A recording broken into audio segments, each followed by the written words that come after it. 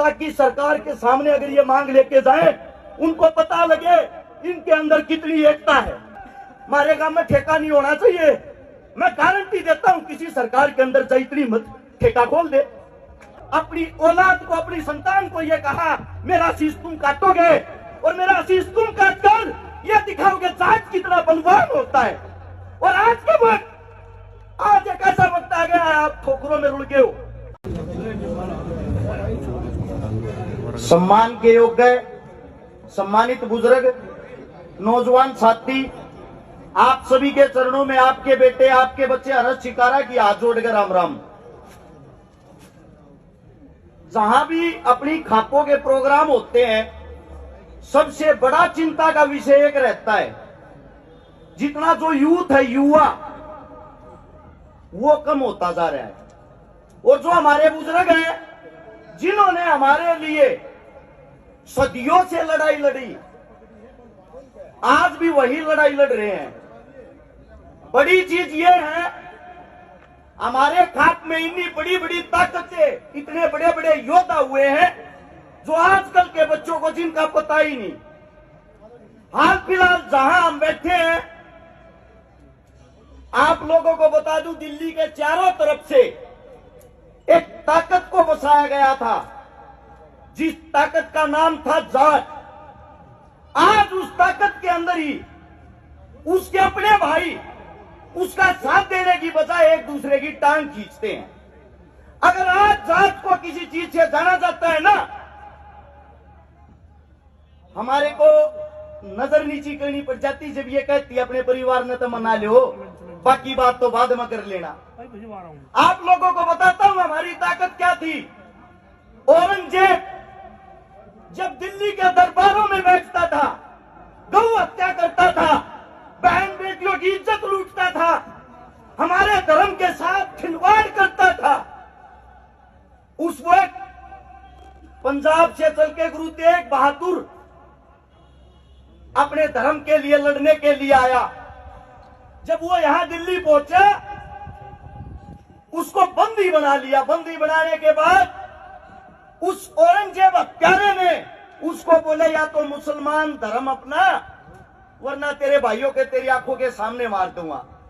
उसके 3 भाइयों को, सतीदास, मतीदास और दाला, तीनों भाइयों को उसके सामने मार देता है। और हंसते हुए गुरु तेग कहता है मेरा भी शीश काट ले, कोई फर्क नहीं पड़ना।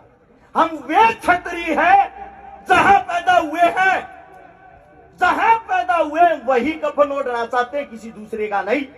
और उसी वक्त 22 नवंबर 1675 को गुरु तेग बहादुर का शीश काट दिया, उसके 4 टुकड़े कर दिए।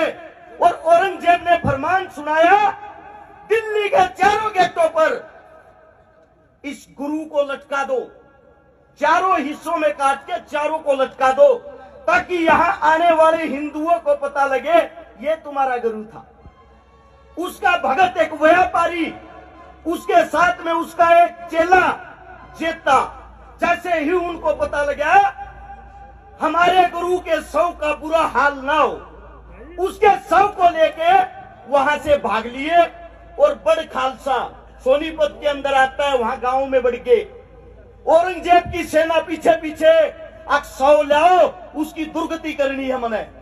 जब बड़ खालसा में पहुंचे, हमारा एक दादा जिसका नाम था कुशाली सिंह दरिया, उसको जानते हैं कुशाल सिंह दरिया के नाम से।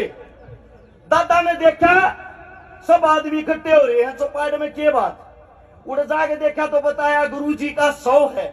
सबसे पहले तो सबने शीश झुकाकर नमस्कार किया और उसके बाद पूछा भाई रोड़ा क्या है, रोड़ा बताओ। बिना औरंगजेब की सेना पीछे लाग रही, गांव ने घेर रही है और गुरुजी का शव खोज कर ले जाएंगे। हंसते हुए दादा बोला फिर शव दे दो, क्यों रोड़ा करवा रहे हो। सब कड़वी आंखों से दादा की तरफ देखते हैं, दादा कैसी बात कर रहे हैं।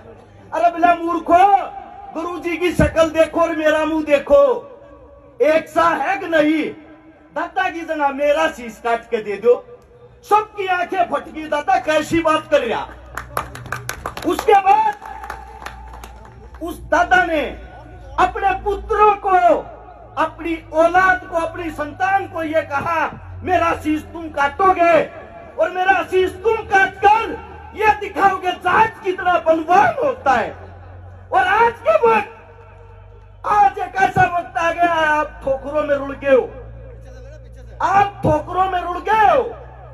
मैं पहले तो आप लोगों को बताता हूं, उस शव को लेके मुसलमान खुश हो गए, दाता को लेके चले गए और उस गुरुजी के शव को आनंदपुर साहिब पहुंचाया गया, उसका अंतिम संस्कार किया गया। हमने हमेशा दूसरों के लिए कुर्बानियां दी है, लेकिन समस्या दूसरों में नहीं, समस्या हमारे खुद में है। बदलाव हम अपने खुद में नहीं करना चाहते। 1832 में सबसे पहले शराब की दुकान खुली थी बंगाल में। 1832 में फ्री शराब पिलाते थे अंग्रेज, शराब पीने में मजा आ गया। आज का वक्त ये अंग्रेजा की देन है। ऐसा कोई गांव, ऐसा कोई चौक, ऐसा कोई चौराहा भी 5 स्टार से ज्यादा शराब के ठेकों को सजाया जाता है। मैं आप लोगों से पूछना चाहता हूं, किसको नहीं पता कि शराब से हमारा विनाश होता है? दारू में बलात्कार हो, दारू में मर्डर हो, दारू तो घर का नाश हो, दारू तो दूसरे का नाश हो। अपने खून किले बेच कर शराबी अपने साथ अपने परिवार को खा जाता है। और हम यहाँ बैठे हुए हैं, मैं समस्त सरदारी से एक विनती करता हूं, इतनी बड़ी चीज नहीं है ये ठेके बंद करवानी। एक गांव इकट्ठा होगा जनू कह देगा ना हमारे गांव में ठेका नहीं होना चाहिए। मैं गारंटी देता हूं किसी सरकार के अंदर जाए इतनी मत ठेका खोल दे। मैं तो ये मानता हूं ये कमी हमारी है। फसल खराब होगी, नस्ल खराब होगी, बचा लो इनने। थारे बालक हाँ झूठी बात ना करता, थारे बीच में बता दू, थारे बालक ने थारे आशीर्वाद है। ये 2 साल में 258 तो छोरी ब्याह दी, जिनका ना भाई था ना बाप था। 28 करोड़ रुपए की नगद मदद कर दी लोगों की, गरीब आदमियों की। 1400 परिवारों को बसा दिया। 129 आंदोलनों में भागीदारी कर ली। टिकैत साहब आप अब तो जा चुके हैं, हमारे पिता सम्मान है, उनसे पूछना जो जब ये किसान आंदोलन चला सबसे पहले बैरिकेड तोड़ने वाला सिंगू बॉर्डर पे मैं ही था। मेरी टीम के साथ सबसे पहले चोट मेरे को लगी थी।